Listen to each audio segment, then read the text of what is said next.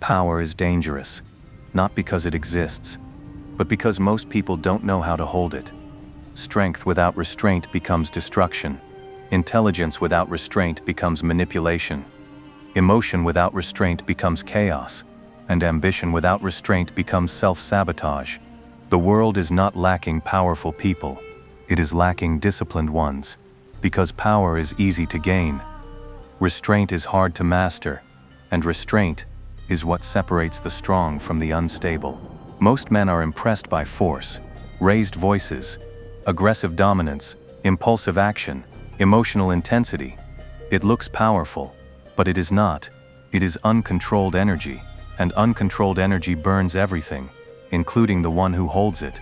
Look closely at men who cannot control their anger. They destroy relationships. They lose opportunities. They damage reputations. They mistake emotional reaction for strength. But reaction is weakness, because reaction means something else moved you. And if something can move you easily, it controls you. Real power is quiet, because it does not need to explode to prove it exists. Restraint is the ability to do something, and choosing not to. You can insult back, but you don't. You can dominate the conversation, but you don't. You can expose someone's weakness, but you don't. That choice is power. Anyone can strike. Few can pause.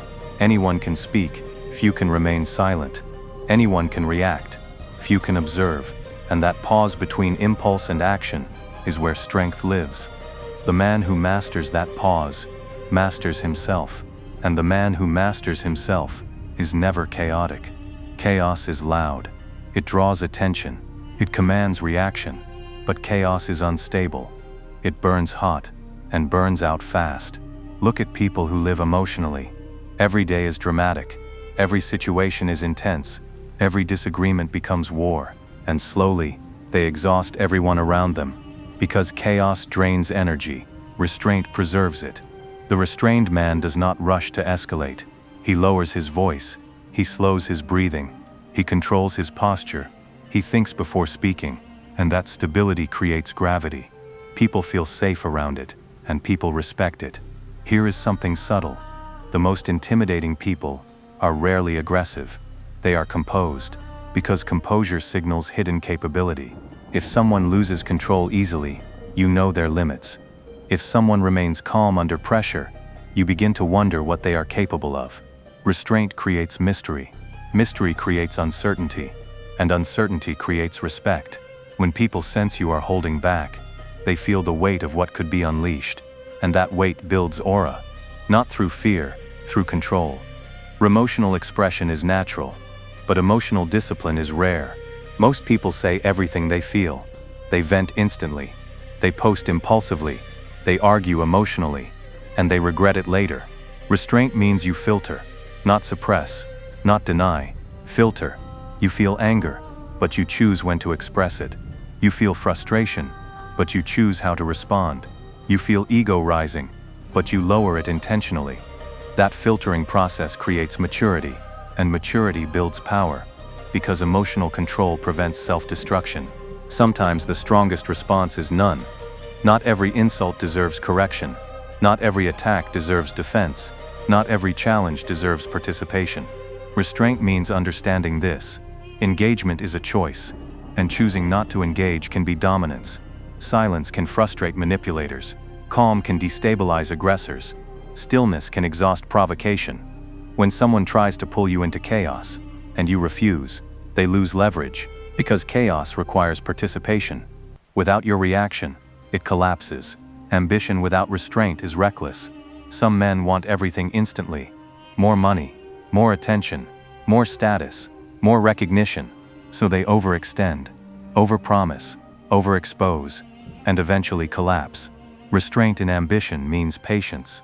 Building slowly, expanding carefully, winning quietly. It means saying no to short-term gratification for long-term dominance. And long-term thinking is rare, which is why long-term power is rare. There is something about a restrained man that feels different. He does not interrupt. He does not overreact. He does not overshare. He listens more than he speaks. He moves deliberately. He chooses carefully. He does not waste energy on noise, and because of that, his presence carries weight. Restraint builds depth, and depth builds presence. The chaotic man feels unstable. The restrained man feels grounded. And grounded men are trusted, feared, respected. Restraint is not easy. It requires internal conflict. You will want to react. You will want to respond instantly. You will want to defend your ego. But each time you choose restraint, you build internal authority. You prove to yourself, I am in control. And every time you lose control, you weaken that authority. Restraint is a daily practice, a mental discipline, a quiet battle. But every victory strengthens you. Power without restraint is chaos. Strength without control is instability. Emotion without discipline is weakness. Restraint is what makes power usable. Without it, power destroys. With it, power commands. The strongest men are not the loudest. They are the most disciplined. They are capable, but measured. Intense but calm. Strong but controlled. Because restraint is not limitation, it is precision. And precision wins where chaos fails. Master restraint, and you will never confuse noise for strength again. Because true power is controlled power.